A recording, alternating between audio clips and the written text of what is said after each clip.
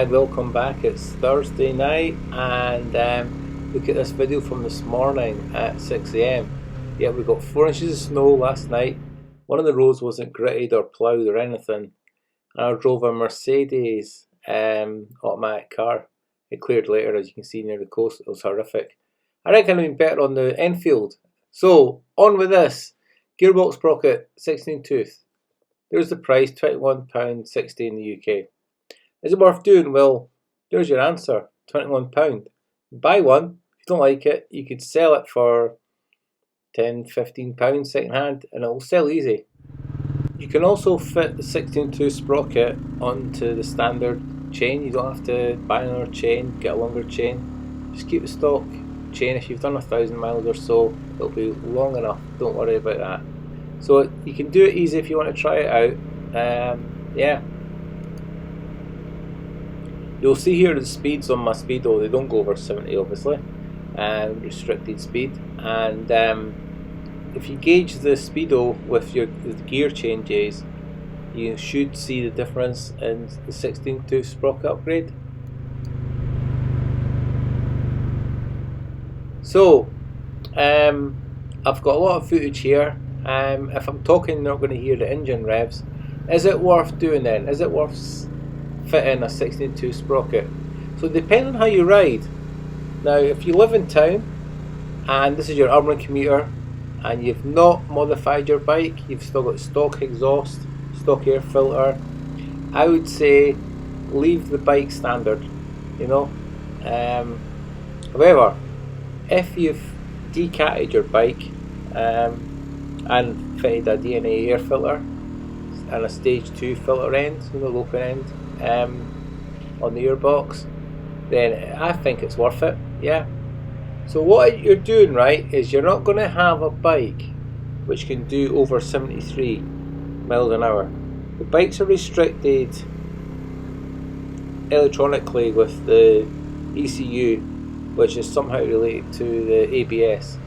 I believe somebody somewhere has worked out how to unrestrict these bikes. And eventually there'll be an electronic box come out that you plug into this bike and it'll do 90 mile an hour and rev its head off. And it'll do it because it's capable of doing it.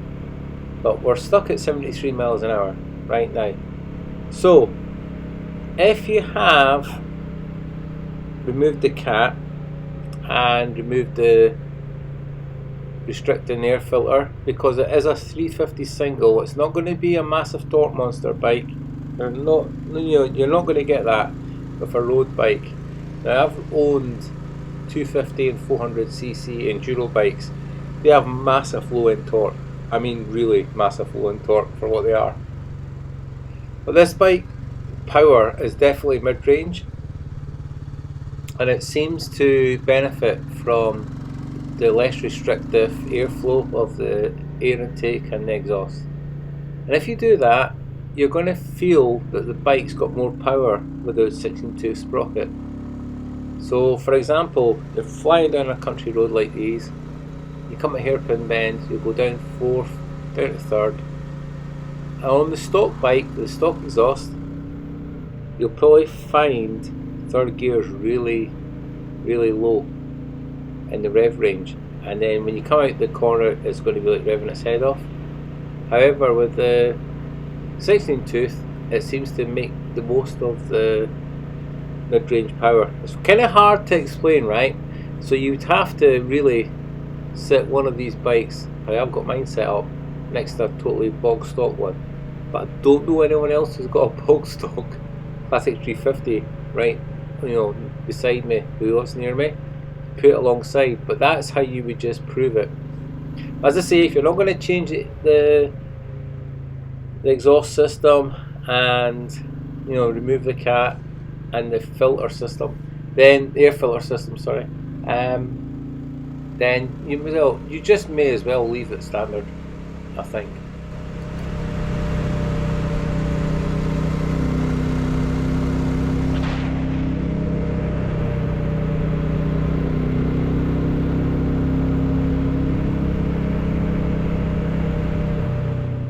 So let's think, right, if this is your only bike, right, your classic 350 is your only motorbike, and you don't ride it hard, because you've bought it because you want a classic style bike but with modern technology and no hassle, and you're going to put along at 50 all day, then leave it standard gearing, I think, and it doesn't matter whether it's restricted or not, that's your riding mannerism.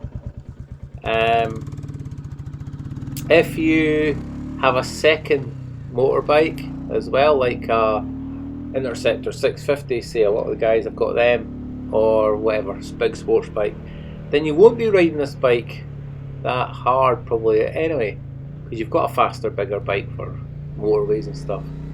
But if it's your only bike, then I would say fit the 16 tooth and take the buzziness off of the engine, and cruise along at 60-65 in top, and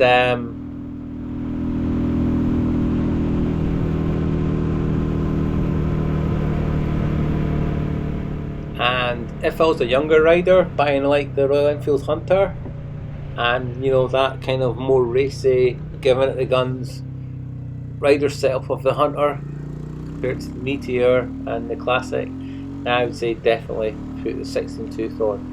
I'd say you're stuck with 73 mph top speed, doesn't matter what you want to do with this bike. You have it nice low geared for trail riding or country roads or some of the hill roads like I ride.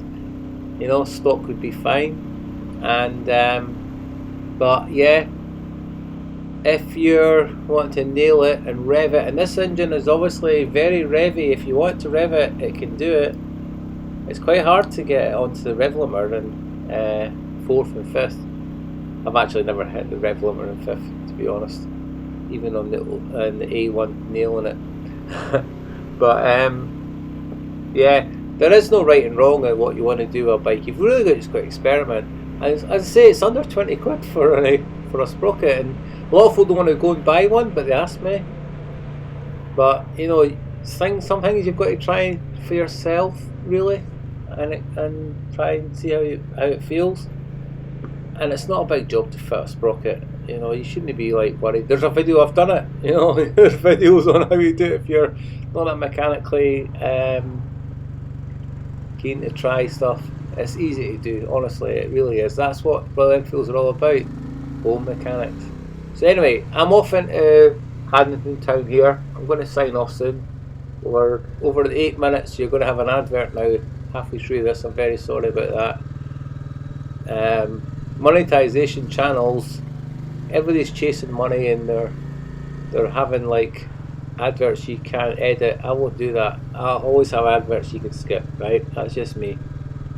But when you're in 30 mph limits, the third gear, 20 mph is a lot easier, I think, to sit at than it is at the standard gearing. So I'm off up over the Garleton Hills here, and I'm going to run this video a bit longer than normal. Sorry again, you're going to have maybe 2 adverts in this channel, but this film, but I will make sure you can skip them, don't worry.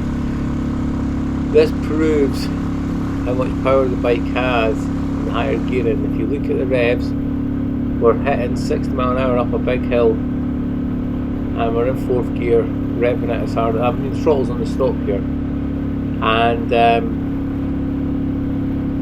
it would be in 5th, the stop gearing, but it would be running out of gas in 5th. So running it with a 16-tooth Sprocket, how I ride my bike is, I ride it as a 4-speed bike with an overdrive.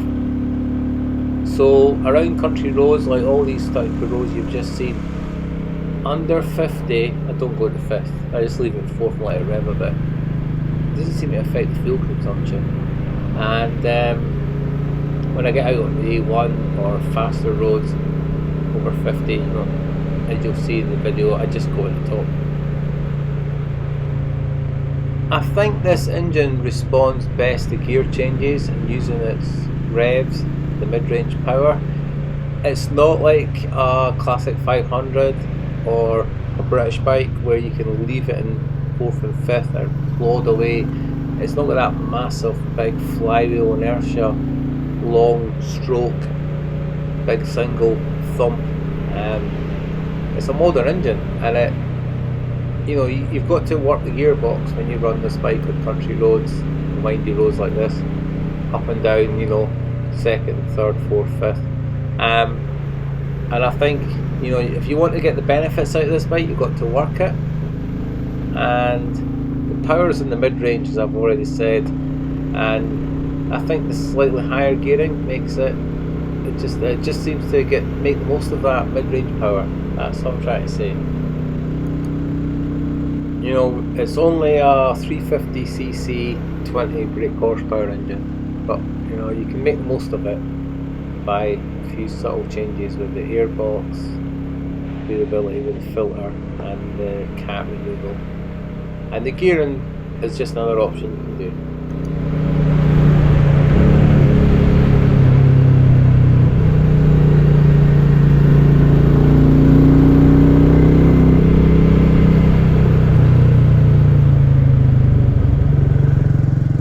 So I just shut up for a bit there to let you enjoy the engine noise around that cool wee bit of road there. So what else? The 16-tooth sprocket, it doesn't affect the fuel consumption that much. I think it's more about how you ride the bike. I can't get mine below 89 miles per gallon if I'm doing my sums right using my phone app.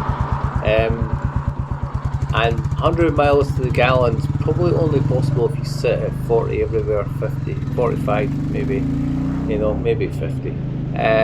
So I can't say if it improves fuel consumption, but the fuel consumption is so good at 90 even miles per gallon, there's nothing to complain about,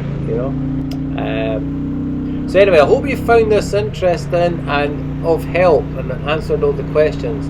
If there's anything I've not answered in my kind of hard to explain review of a higher gearing, I did it on the basis of what other people had previously done with the Meteor, and then some of the early owners of the Classic 350s have done it.